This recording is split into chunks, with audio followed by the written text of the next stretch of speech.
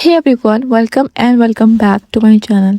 Let's talk about focus. तो हम बात कर रहे हैं अमन सिद्दीकी की और सोशल मीडिया पर जो न्यूज़ चल रही है उसके बारे में हम प्रॉपरली बात करेंगे क्योंकि इस वक्त फैक्ट से ज़्यादा लोग असम्पशंस स्प्रेड कर रहे हैं।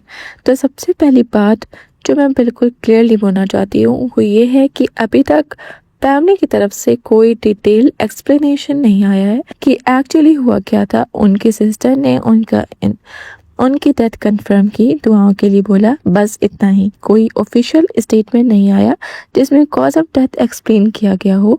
कोई कंफर्मेशन नहीं थी, कोई मेडिकल रिपोर्ट नहीं है, कोई क्लियर डिटेल नहीं है कि ये हेल्थ इशू था, सडन कंडीशन थी या कुछ और। लेकिन फिर भी इंटरनेट पर लोग ऑलरेडी डिसाइड कर चुके हैं कि क्या हुआ, कैसे हुआ और कौन जिम्मेदार है, जो कि बहुत गलत है। अगर आप कमेंट सेक्शन देखो तो आपको लोग कॉन्फिडेंटली बोलते मिलेंगे कि अमन की डेथ उस स्नीजिंग पाउडर प्रैंक की वजह से हुई।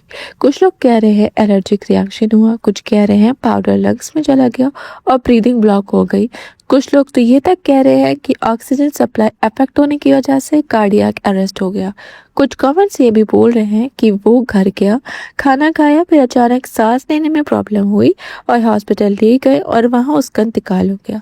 लेकिन क्वेश्चन ये है कि ये इंफॉर्मेशन आ कहाँ से रही है, किसने कंफर्म की है? कोई प्रॉपर सोर्स नहीं है, कोई वेरीफाइड रिपोर्ट नहीं है, बस लोग एक दूसरे की बात रिपीट कर रहे हैं। इसी तरह अजम्पशन स्प्रेड होती हैं। एक इंसान कुछ लिखता है, दूसरा उसको मान लेता है, फिर 10 लोगों को रिपीट कर देता है और धीरे धीरे वो एक स्टोरी बन जाती है जो सब कुछ सच लगने लगती है। लेकिन रियलिटी में वो अभी भी सिर्फ एक असम्पशन होती है। फैमिली की तरफ से किसी ने नहीं बोला कि प्रैंक की वजह से हुई, किसी डॉक्टर ने पब्लिक में कंफर्म नहीं किया, कोई ऑफिशियल रिपोर्ट नहीं आई, फिर भी लोग डायरेक्टली ब्लेम कर रहे हैं, गंदी लैंग्वेज यूज़ कर रहे हैं, अब्यूज़ कर रहे हैं और बिना प्रूफ के लीगल एक्शन तक की बात कर रहे हैं। और ये सारे इल्ज़ाम लोग फोकस पे डाल रहे हैं कि वो लोगों ने किया था तो उन लोगों को अरेस्ट करो, उन लोगों के पीछे, उन लोगों के ऊपर केस होने चाहिए। अब हाँ, वो प्रैंक वीडियो है, मैंने भी देखा। उस वीडियो में एक पाउडर यूज़ हो रहा है जिसे वो लोग स्नीजिंग पाउडर बोल रहे हैं। लोग उसको इनहेल करते हैं, उनको छींक आती है, आंखों से पानी आता है और सब लोग हंसते हैं।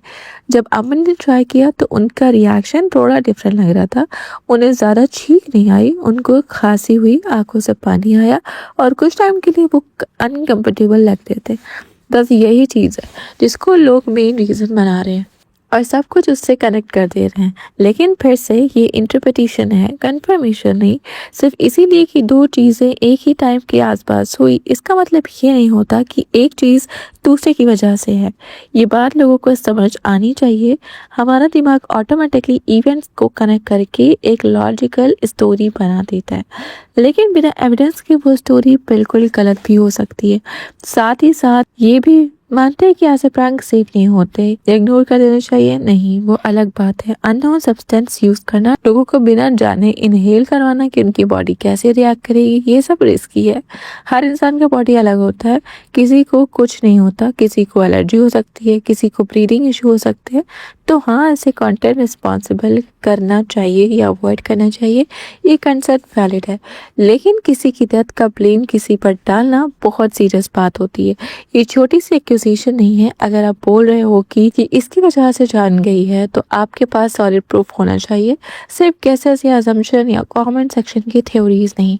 अभी जो हो रहा है वो ये है कि लोग दो चीज़ों को मिक्स कर रहे हैं, एक रिस्की प्रैंक और एक ट्रैजिक डेथ, और बिना कंफर्मेशन के उन दोनों के बीच डायरेक्ट कनेक्शन बना रहे हैं।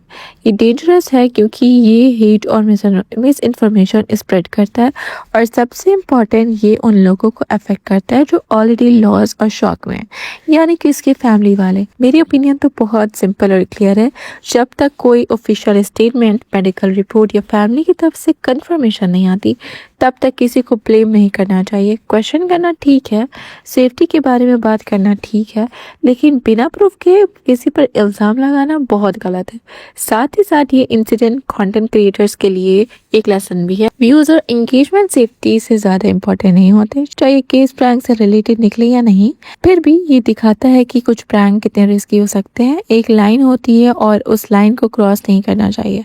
अभी के लिए फोकस अमन और उनकी फैमिली पर होना चाहिए। उन्होंने उन्होंने किसी अपने को खोया है। ये वक्त ब्लेम गेम, थ्योरीज और हेट कमेंट का नहीं है, ये वक्त दुआ, रिस्पेक्ट और सब्र का है। इसीलिए कुछ भी बिलीव करना या आगे शेयर करने से पहले ये सोचो, क्या ये कंफर्म्ड है, क्या ये सिर्फ असम्पशन है?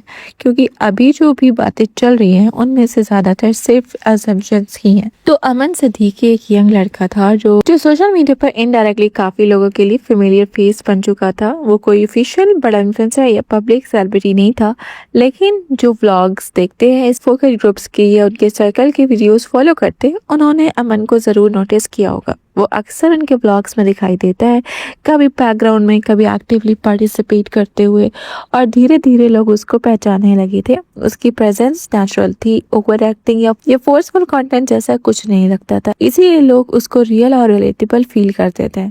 अमन की पर्सनालिटी ज़्यादा लाउड या अटेंशन सीकिंग टाइप की नहीं थी। जो भी क्लिप्स और मोमेंट लोग ने देखे हैं, उससे ये समझ आती है कि वो सिंपल, फ्रेंडली और अपने सर्कल के साथ कंफर्टेबल रहने वाला इंसान था। वो अपने दोस्तों के साथ मस्ती करता, नॉर्मल कॉन्वर्सेशन में रहता था और एक टिपिकल यंग बॉय की तरह अपनी लाइफ एंजॉय कर रहा था। इसी वजह से जब लोग उसको वीडियोस में देखते थे तो उन्हें वो फेक या स्क्रिप्टेड नहीं लगता था, बल्कि एक रियल इंसान जैसा लगता था जो बस अपने दोस्तों के साथ टाइम स्पेंड कर रहा था। उसका कनेक्शन उन लोगों से था जो ऑलरेडी सोशल मीडिया पर एक्टिव है, जैसे जीशान, अवरीश और उनका ग्रुप। इसी वजह से अमन भी इनडायरेक्टली ऑडियंस तक रीच कर रहा था। कई लोग कमेंट्स में लिखते हैं कि उसके आने से व्लॉग में अलग एनर्जी आती थी। ये चीज़ दिखाती है कि भले ही वो मेन क्रिएटर नहीं था, लेकिन उसकी प्रेजेंस नोटिसेबल थी। लोग उसको पसंद करने लगे थे और धीरे धीरे उसका एक स्मॉल ऑडियंस कनेक्शन बन गया था। पर्सनल लेवल पर अमन एक बेटा था, एक भाई था और एक दोस्त था। सोशल मीडिया पर हम किसी को जितना भी देखें, उनकी रियल आइडेंटिटी उनके फैमिली और क्लोज सर्कल के लिए ही सबसे ज़्यादा इम्पोर्टेंट होती है। उनकी सिस्टर का जो इमोशनल पोस्ट था, उससे क्लियरली समझ आता है कि वो अपने घर वालों के कितने करीब था। वो बहन के लिए अपने छोटे भाई को खोना कितना पेनफुल होता है, वो उसके वर्ड से फील हो रहा था। इस तरह उसकी फैमिली के लिए वो सिर्फ एक ब्लॉग का पार्ट नहीं है, बल्कि उनकी ज़िंदगी का एक बहुत इंपॉर्टेंट हिस्सा है। तो अमन की ये न्यूज़ सुनकर लोग इसी वजह से इतने शॉक हो गए, क्योंकि उसकी एज भी ज़्यादा नहीं थी। जब कोई इतना यंग में ही चला जाता है तो नेचुरली लोग जो एक्सेप्ट करना मुश्किल हो जाता है। लोग उसके रीसेंट वीडियोस देख रहे हैं, उसकी हंसी देख रहे हैं और फिर ये रियलाइज़ कर रहे हैं कि अब वो नहीं है। और लोग वीडियोस देख रहे हैं और बहुत सारे असम्पशंस बना रहे हैं, जो कि बहुत गलत है। सो या that's it for the video. Let me know your thoughts in the comment below. Don't forget to like, share and subscribe to my channel, and I will see you in the next video.